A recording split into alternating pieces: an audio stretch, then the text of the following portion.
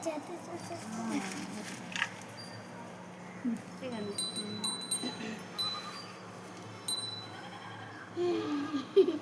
बृहस्पति देव की पूजा अर्चना के लिए बृहस्पतिवार को व्रत करके बृहस्पतिवार की व्रत कथा को पढ़ने अथवा किसी द्वारा स्त्री पुरुष द्वारा सुनने की प्राचीन परंपरा है। बृहस्पतिवार का व्रत करने और व्रत कथा सुनने से स्त्री पुरुषों सभी मनोकामना पूरी होती है। इस व्रत से धन संपत्ति की प्राप्ति होती है, निसंतानों को पुत्र प्राप्ति होती है, परिवार में सुख शांति बनी रहती है, सभी आनंद पूर्वक रहते हैं। व्रत करने की विधि। बृहस्पति को सूर्योदय से पहले उठकर स्नानादि से नृत्य होकर भगवान बृहस्पति देव का स्मरण करते हुए व्रत का आरंभ करना चाहिए। उपासक को किसी का छोटा अथवा पूजा स्थल बनाकर उसमें भगवान बृहस्पति देव की प्रतिमा की स्थापना करनी चाहिए। घर के समीप मंदिर में जाकर जा सकती है। भगवान बृहस्पति देव की निरंतर के पुष्प और पूजा के पूजे की सामग्री को विशेष रूप से पसंद करते हैं, इसलिए स्नान के बाद पीले रंग के वस्त्र धारण के विशेष महत्व बताया गया है। पीले रंग के पुष्प के लिए पीले चंदन से भगवान बृहस्पति देव की पूजा का विधान है। बृहस्पतिवार के व्रत में उपासक को पूरे दिन में एक समय ही भोजन करना चाहिए। भोजन में चने की दाल, बेसन और दूसरे पीले रंग के खाद्य पदार्थ का ही सेवन करना चाहिए। व्रत करने वाले पुरुष बृहस्पतिवार को दाढ़ी एवं सिर के बाल न कटाए। पूजा के समय भगवान बृहस्पति देव से जो मनोकामना प्रकट की जाती है वे उस मनोकामना को पूरा करते। इस व्रत में व्रत कथा पढ़ने और श्रवण करने का विशेष महत्व है। प्राचीन समय की बात है। भारत में एक राजा राज करता था। वह एक बड़ा प्रतापी तथा दानी था। वह नित्य प्राचीन मंदिर में भगवान दर्शन करने जाता था। वह ब्राह्मण और गुरु की सेवा किया करता था। उसके द्वारा से कोई भी याचक निराश होकर नहीं लौटता था। वह प्रत्येक गुरुवार को व्रत रखता एवं पूजन करता, हर दिन गरीबों की सहायता करता। परंतु यह सब बात उसकी रानी को अच्छी नहीं लगती थी। वह न व्रत करती थी और न किसी को एक भी पैसा दान में देती थी। वह राजा से भी ऐसा करने को मना करती थी। एक समय की बात है कि राजा शिकार के लिए वन को चले गए। घर पर रानी और दासी थी। उस समय गुरु बृहस्पति देव साधु का रूप धारण कर राजा के दरवाजे पर भिक्षा मांगने आए। साधु ने रानी से भिक्षा मांगी तो वह कहने लगे, हे साधु महाराज, मैं इस दान को पुण्य से तना गई हूँ। इस कार्य के लिए तो मेरे पतिदेव ही बहुत है। अब आप ऐसी कृपा करें कि सारा धन नष्ट हो जाए तथा मैं आराम से रह सकूं। साधु रूपी बृहस्पति देव ने कहा, हे देवी, तुम बड़ी विचित्र हो। संतान और धन से कोई दुखी नहीं होता, इसको सभी चाहते हैं। पापी भी पुत्र और धन की इच्छा करता है। अगर तुम्हारे पास धन अधिक है तो भूखे मनुष्य को भोजन करवाए, पियाऊ लगाओ, ब्राह्मणों को दान में धर्मशालाएं बनाए, कुआं, तालाब, बावड़ी, बाग बगीचे आदि का निर्माण करवाओ तथा निर्धनों को कुंवारी कन्या का विवाह कराओ, साथ ही यज्ञ आदि करो। इस प्रकार के कर्मों से आपका कुल का और आपका नाम परलोक में सार्थक होगा एवं स्वर्ग की प्राप्ति होगी। परंतु रानी साधु के इन बातों से खुश नहीं हुई। उसने कहा, हे साधु महाराज, मुझे ऐसे धन की आवश्यकता नहीं जिसको मैं अन्य लोगों को दान दूं तथा जिसको रहने रखने और संभालने में ही मेरा सारा समय नष्ट हो जाए। साधु ने कहा, हे देवी, यदि तुम्हारी ऐसी इच्छा है तो मैं जैसा तुम्हें बताता हूँ तुम ऐसा ही करना। बृहस्पतिवार के दिन घर को गोबर से लिपना, अपने केशों को पीली मिट्टी से धोना, केशों को धोते समय स्नान करना, राजा से कहना वह हजामत करवाए, भोजन में मांस मंदिरा खाना, कपड़ा धोबी के यहाँ धुलने देना। इस प्रकार 7 बृहस्पतिवार करने से तुम्हारा धन नष्ट हो जाएगा। यह कहकर साधु महाराज रूपी बृहस्पति देव अंतर्गत हो गए।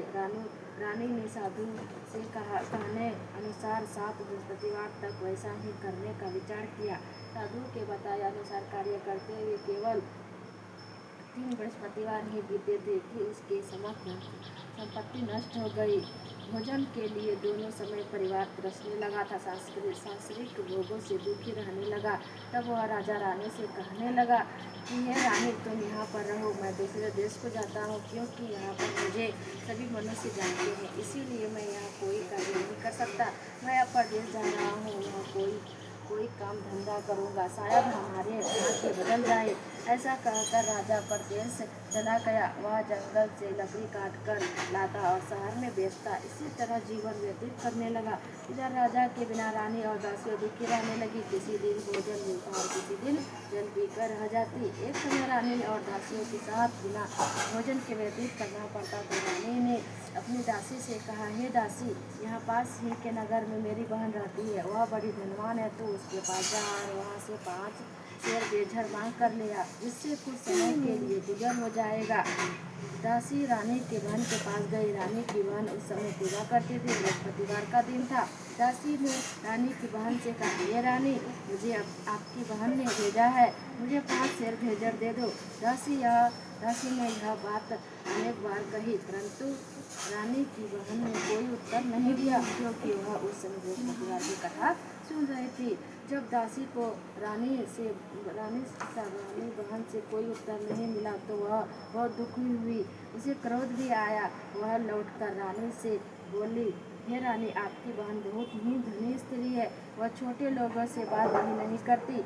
मैंने उसे कहा तो उसने कोई उत्तर नहीं दिया। मैं वापस चली आई। रानी बोली, हे दासी, इसमें उसका कोई दोष नहीं है। जब बुरे दिन आते हैं तो कोई सहारा नहीं देता। अच्छे बुरे का पता विपरीत में ही लगता है। जो ईश्वर की इच्छा होगी वही होगा। यह सब हमारे भाग्य का दोष है। उधर रानी की बहन ने सोचा कि मेरी बहन की दासी आई थी, परंतु मैं उसे नहीं बोली, इससे वह बहुत दुखी हुई होगी। अंत कथा सुनने और विष्णु भगवान का पूजन समाप्ति कर वह अपनी बहन के घर आई और कहने लगी, हे बहन, मैं बृहस्पतिवार का व्रत कर रही थी। तुम्हारी दासी हमारे घर गई थी, परंतु जब तक कथा बोली, बहन, हमारे घर अनाज नहीं था। वैसे तुमसे कोई बात छिपी नहीं है। इस कारण मैंने दासी को तुम्हारे पास 5 शेर बेझर लेने के लिए भेजा था। रानी की बहन बोली, बहन देखो, बृहस्पति भगवान सबकी मनोकामना पूर्ण करते हैं। देखो, शायद तुम्हारे घर में अनाज रखा हो। यह सुनकर दासी के अंदर गई तो वहाँ उसे एक घड़ा बेझर का घड़ा मिल गया। उसे बड़ी हैरानी हुई, क्योंकि उसने एक बर्तन देख लिया था।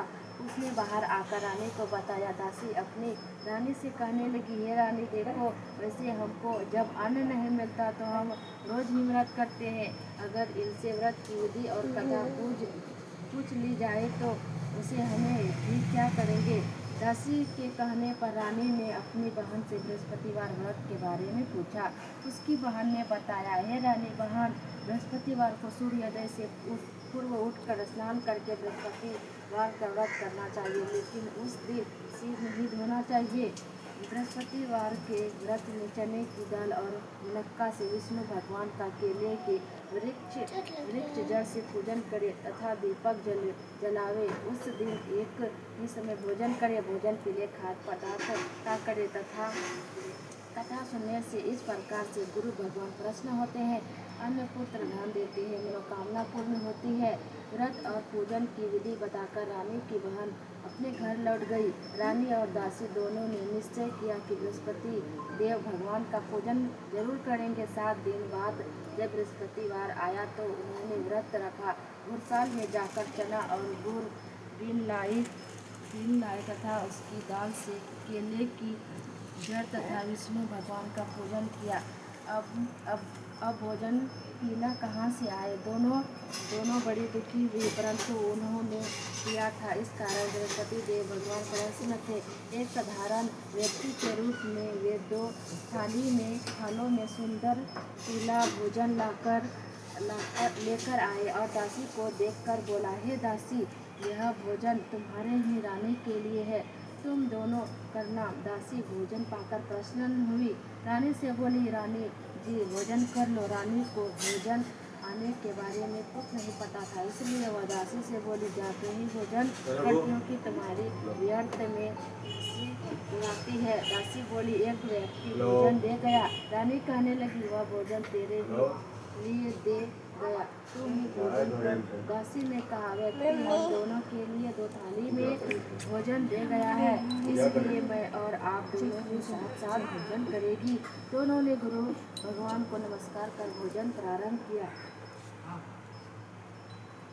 इसके बाद उसके बाद से वे प्रत्येक बृहस्पतिवार को गुरु भगवान का व्रत करने पूजा करने लगी।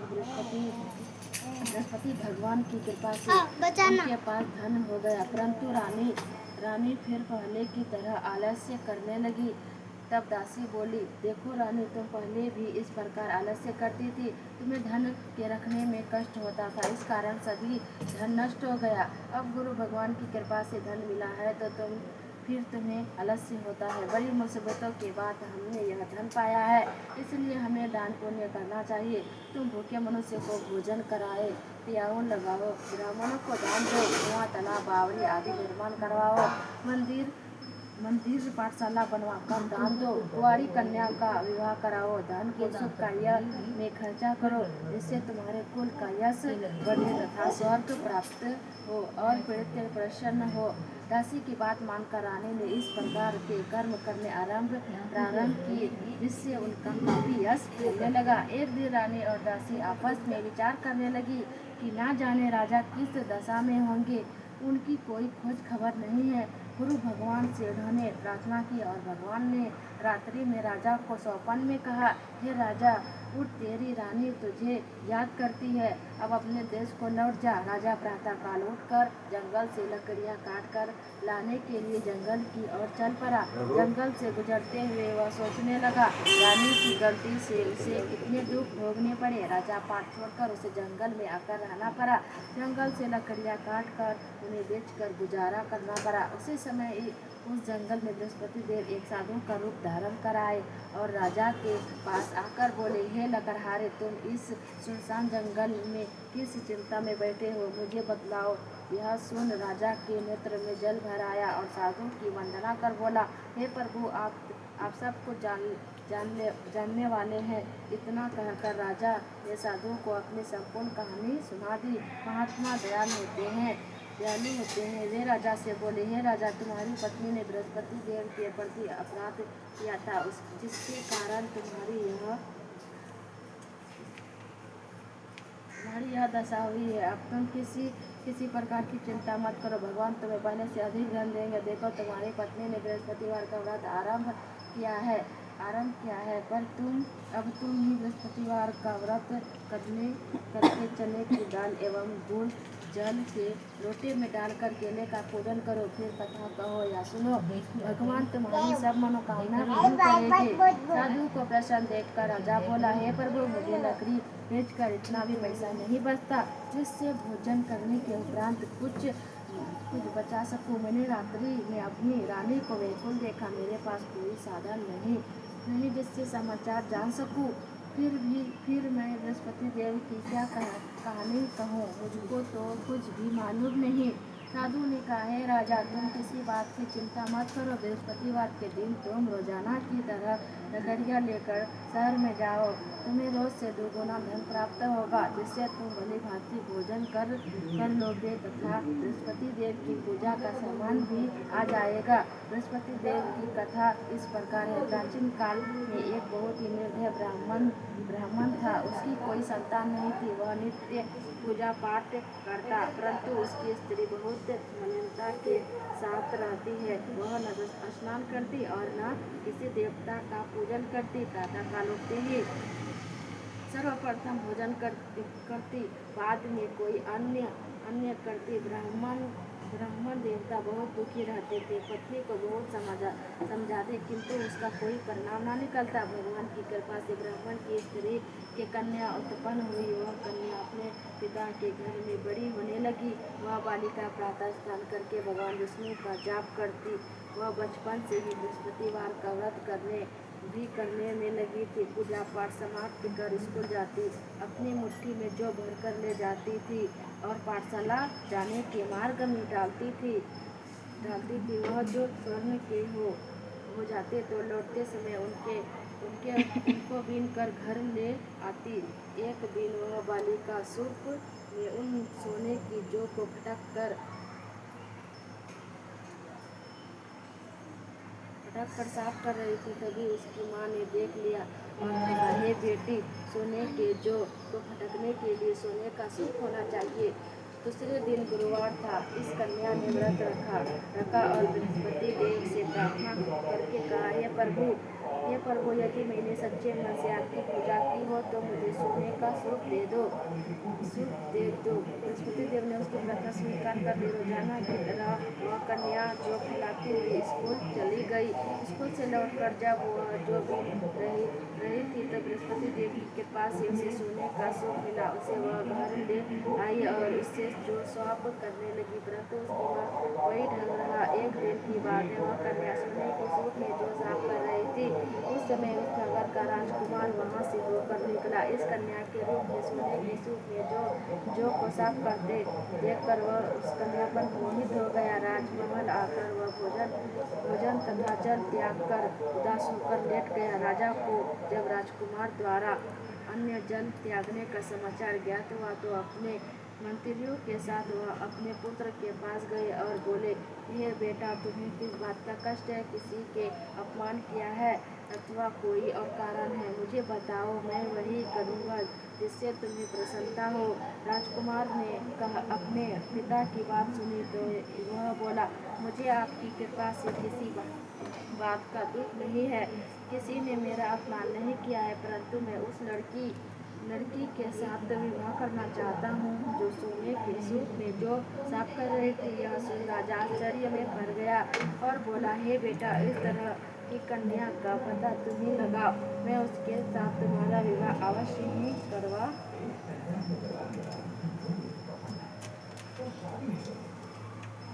दूंगा। राजकुमार ने राजा को उस लड़की के घर का पता बतलाया। मंत्री उस लड़की के घर गया और राजा का आदेश ब्राह्मण को सुनाया। कुछ ही दिन बाद ब्राह्मण की कन्या का विवाह राजकुमार के साथ संपन्न हो गया। कन्या के घर से जाते ही ब्राह्मण देवता घर में पहले की भांति गरीबी का निवास हो गया।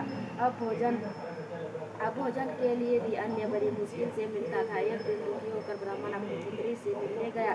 बेटी पिता की दुख अवस्था को देख अपनी माँ का समाचार पूछा। ब्राह्मण ने सभी हाल कहा।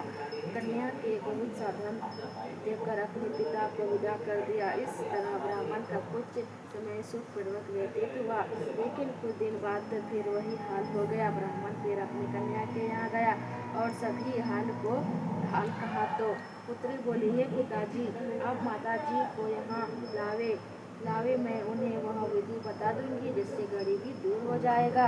ब्राह्मण देवता अपनी स्त्री को साथ लेकर अपनी पुत्री के पास राजमहल पहुँचे तो पुत्री अपनी माँ को समझने लगी। हे माँ, तुम प्रातः काल उठकर प्रथम स्नान आदि करके विष्णु भगवान का पूजन करो तो सब दरिद्रता दूर हो जाएगी। परंतु उसकी माँ ने उसकी बात नहीं मानी। वह प्रातः काल उठकर अपनी पुत्री का बचा जूठन खा लेती थी। एक दिन उसकी पुत्री को बहुत गुस्सा आया। उसने एक रात एक कटोरी से सारा सामान निकाल दिया और अपनी माँ को उसमें बंद कर दिया। प्रातः उसने उसे निकाला था, स्नान आदि करके पूजा पाठ करवाया तो उसकी माँ की बुद्धि ठीक हो गई।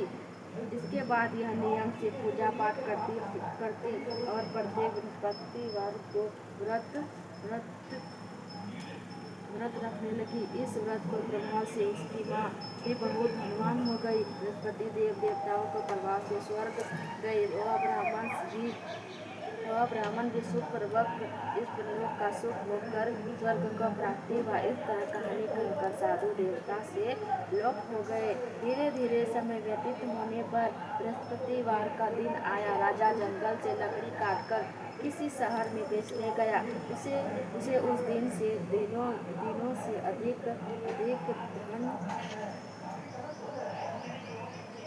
धन मिला। राजा ने चना गुड़ आदि लाकर बृहस्पतिवार का व्रत किया। उस दिन से उसके सभी कलेश दूर हो गए। परंतु जब अगला गुरुवार का दिन आया तो वह बृहस्पतिवार का व्रत करना भूल गया। इस कारण बृहस्पति भगवान नाराज हो गए। उस दिन उस नगर के राजा ने विशाल यज्ञ का आयोजन किया तथा अपने समस्त राजा में घोषणा करवा दी कि कोई भी मनुष्य अपने घर में भोजन न बनाए तथा आग भी न जलाए। समस्त लोग मेरे यहाँ भोजन करने आवे। इस आज्ञा को जो न मानेगा उसको फांसी की सजा दी जाएगी। राजा के आज्ञा अनुसार राज्य के सभी वासी राजा के भोज में सम्मिलित हुए, लेकिन लकड़हारा कुछ देर से पहुंचा, इसीलिए राजा उसको अपने साथ महल में ले गए। अब राजा लकड़हारे को भोजन करा रहे थे तो रानी की दृष्टि उस खूंटी पर पड़ी जिस पर उसका हार लटका हुआ था। उसे हार खूंटी पर लटका दिखाई नहीं दिया। रानी को निश्चय हो गया कि मेरा हार इसी लकड़हारे ने चुराया है। उसी समय सैनिक बुलवाकर उसको जेल में डलवा दिया। जब लकड़हारे जेल खाने में गया तो बहुत दुखी होकर विचार करने लगा कि ना जाने कौन से पूर्वजन्म के कर्म से मुझे यह दुख प्राप्त हुआ, और उसी साधु को याद करने लगा जो जंगल में मिला था। तत्काल बृहस्पति देव साधु के रूप में प्रकट हो गए और उसकी दशा को देखकर कहने लगे, अरे मूर्ख, तूने बृहस्पति देवता की कथा नहीं कही, इस कारण तुझे दुख प्राप्त हुआ। अब चिंता मत कर, बृहस्पतिवार के दिन जेल खाने के दरवाजे पर 4 पैसे पड़े मिलेंगे। उनसे तू बृहस्पति देव की पूजा करना तो तेरे सभी कष्ट दूर हो जाएंगे। अगले बृहस्पतिवार उस जेल के द्वारा पर 4 पैसे मिले। राजा ने पूजा का सामान मंगवाकर कथा कही और प्रसाद बांटा। उसी रात्रि को बृहस्पति देव ने उस नगर के राजा को सौंपन में कहा, हे राजा, तूने जिस आदमी को जेल खाने में बंद कर दिया वह निर्दोष है, वह राजा है, उसे छोड़ देना। रानी हार उसी खूंटी पर लटका हुआ है। अगर तू ऐसा नहीं करेगा तो मैं तेरे राज्य को नष्ट कर दूंगा। राजा प्रातःकाल उठा और खूंटी पर हाथ टांगा देखकर लकड़हारे को बुलाकर क्षमा मांगी तथा राजा के योग्य सुंदर वस्त्र आभूषण भेंट कर उसे विदा किया। गुरुदेव की आज्ञा अनुसार राजा अपने नगर को चला गया। राजा बहुत नगर के निकट पहुंचा तो उसे बड़ा ही आश्चर्य हुआ। नगर में पहले से अधिक बाग, तालाब और कुएं तथा बहुत ही धर्मशालाएं, मंदिर आदि बने हुए थे। राजा ने पूछा कि यह किसका बाग या धर्मशाला है। तब नगर के सब लोग कहने लगे कि यह सब रानी और दासी द्वारा बनाए गए हैं। राजा को आश्चर्य हुआ और गुस्सा भी आया। जब रानी ने खबर सुनी कि राजा आ रहे हैं तो उसने अपनी दासी से कहा, हे दासी, देख, राजा हम तो कितनी बुरी हालत में छोड़ गए थे, वह हमारी ऐसी हालत देखकर लौट ना जाए, इसीलिए तू दरवाजे पर खड़ी हो जा। रानी की आज्ञा अनुसार दासी दरवाजे पर खड़ी हो गई। जब राजा आए तो उन्हें अपने हाथ महल में लिवा लाई। तब राजा ने क्रोध करके अपनी तलवार निकाली और पूछने लगा, बताओ यह धन तुम्हें कैसे प्राप्त हुआ। तब रानी ने बताया, मैं यह सब धन बृहस्पति देव के व्रत प्रभाव से प्राप्त हुआ। राजा ने निश्चय से कहा, 7 रोज बाद तो सभी बृहस्पति देव का पूजन करते हैं, परंतु मैं रोजाना दिन में 3 बार कथा कहा करूँगा, तो रोज व्रत किया करूँगा। अब हर समय के राजा के दुपट्टे में चने की दाल बंधी रहती तथा दिन में 3 बार कथा कहता। एक रोज राजा ने विचार किया कि चलो अपनी बहन को यहाँ हो आवे। इस तरह का निश्चय कर राजा घोड़े पर सवार हो अपनी बहन के यहाँ चल दिया। मार्ग में उसने देखा कि कुछ आदमी एक मुद्दे को लिए जा रहे हैं। उन्होंने रोककर राजा कहने लगा, अरे भाइयों, मेरी बृहस्पतिवार की कथा सुन लो। ये बोले, लो, हमारा तो आदमी मर गया, उसको अपनी कथा की पड़ी है। परंतु कुछ आदमी बोले, अच्छा कहो, हम तुम्हारी कथा भी सुनेंगे। राजा डाल निकाली और कथा कहने शुरू कर दी। जब कथा आधी हुई तो मुर्दा हिलने लगा और जब कथा समाप्त हुई तो राम राम कहते हुए मुर्दा खड़ा हो गया। राजा आगे बढ़ा। उसे चलते चलते शाम हो गई। आगे मार्ग से उसे एक किसान खेत में यह हल चलाता मिलता। राजा उसे बोला, अरे भाई, तुम मेरी बृहस्पतिवार की कथा सुन लो। किसान बोला, जब तक मैं तेरी कथा सुनूंगा तब तक 4 हिरैया जोत लूँगा। जा अपनी कथा किसी और को सुनाना। राजा आगे चला गया। राजा के हटते ही बैल पछाड़ खाकर गिर गया तथा किसान के पेट में बहुत जोर से दर्द होने लगा। उसी समय किसान की माँ रोटी लेकर आई। उसने जब यह देखा तो अपने पुत्र से सब हाल पूछा। बेटे ने सभी हाल बता दिया।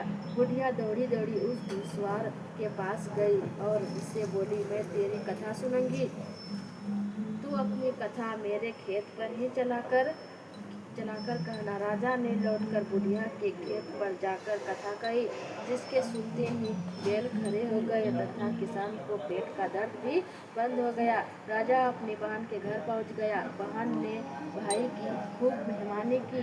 दूसरे राजा प्रातःकाल राजा जाग गया। वह देखने लगा कि वह सब लोग भोजन कर रहे हैं। राजा ने अपनी बहन से सब पूछा कि ऐसा कोई मनुष्य है जिसने भोजन नहीं किया हो जो मेरी बृहस्पतिवार की कथा सुन ले। तो बहन बोली, हे भैया, यह देश ऐसा ही है। पहले यहाँ के लोग भोजन करते हैं, बाद में अन्य काम करते हैं। अगर पड़ोस में कोई हो तो देख आती हो। ऐसा कहकर बहन देखने चली गई, परंतु उसे कोई भी ऐसा व्यक्ति नहीं मिला जिसने भोजन न किया हो। वह एक कुम्हार के घर गई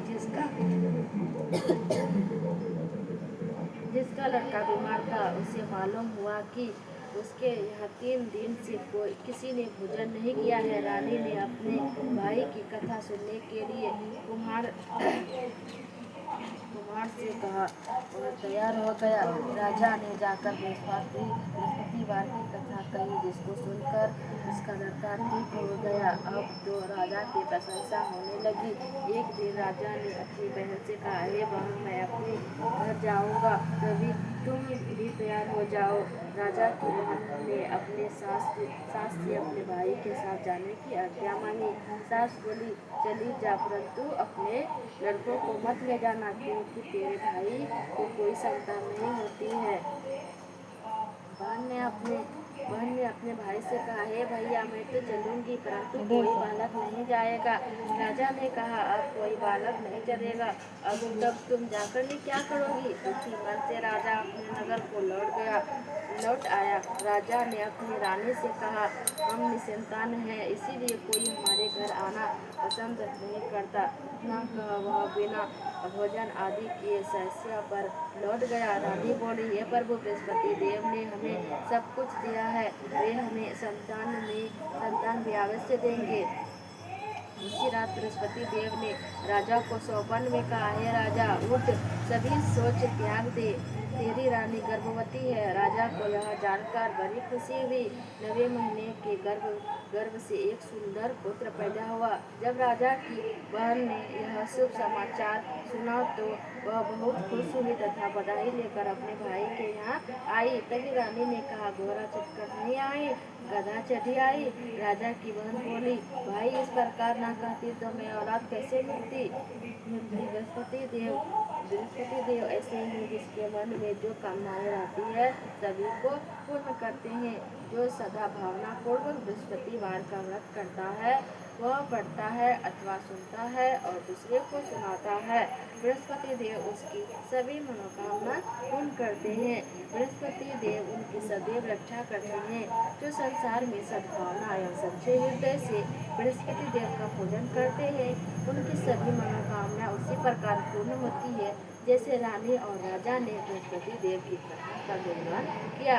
उनकी सभी इच्छाएं बृहस्पति देव ने पूर्ण की। मनुष्य को हृदय से उनका मनन करते हुए जयकार करना चाहिए। विष्णु भगवान की जय।